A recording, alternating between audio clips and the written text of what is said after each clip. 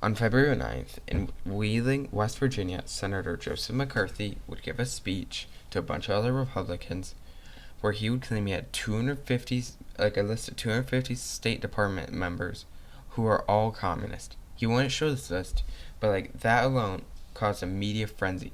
Everyone thought like they're communists everywhere now. And because of the media frenzy, everyone was trying to spot communists out.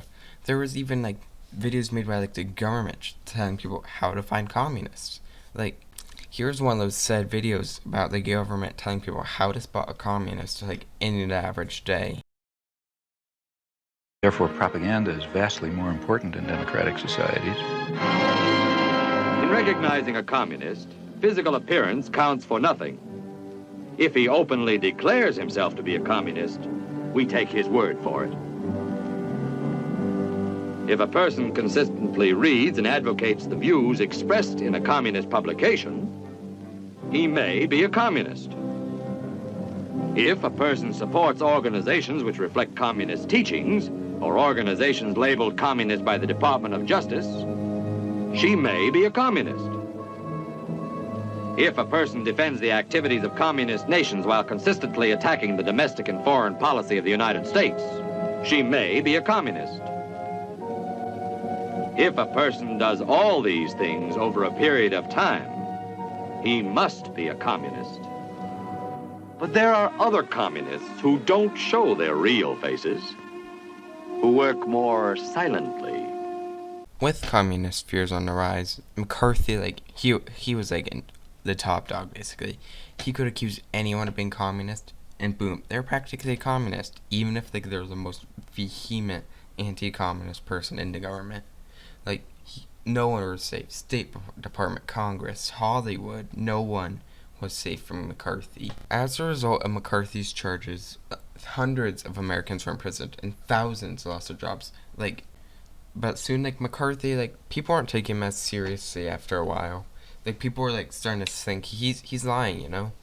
There were political cartoons made about him, and then one day, McCarthy decided to take on like the U.S. Army, saying that there's communists in there as well.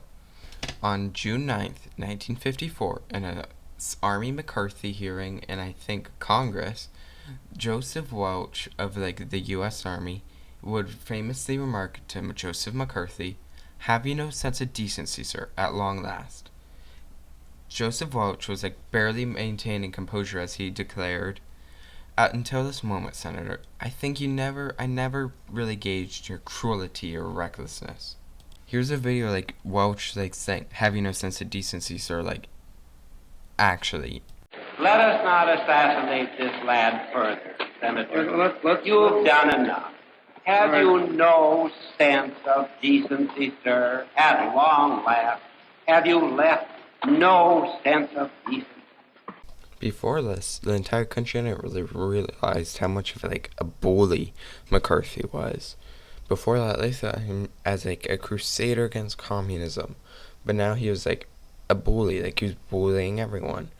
On December 2nd, 1954, this all came to an end when the Senate passed a like almost unanimous resolution that like censors McCarthy.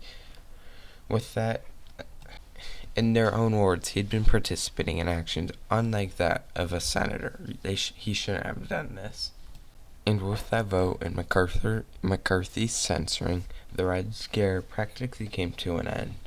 A dark time in American political history that we should not forget. We should not repeat. In more shorter term effects, the U.S. would use it due to its fear of communism, would like overthrow like communist leaning governments in like South and North America in order for the Allies to get potential ally there. Also, like communist fears had like hit the U.S. hard with some government facilities and even Hollywood having shortages of actors and employees. More longer term effects, the overthrowing communist dictators, they continued for a long time.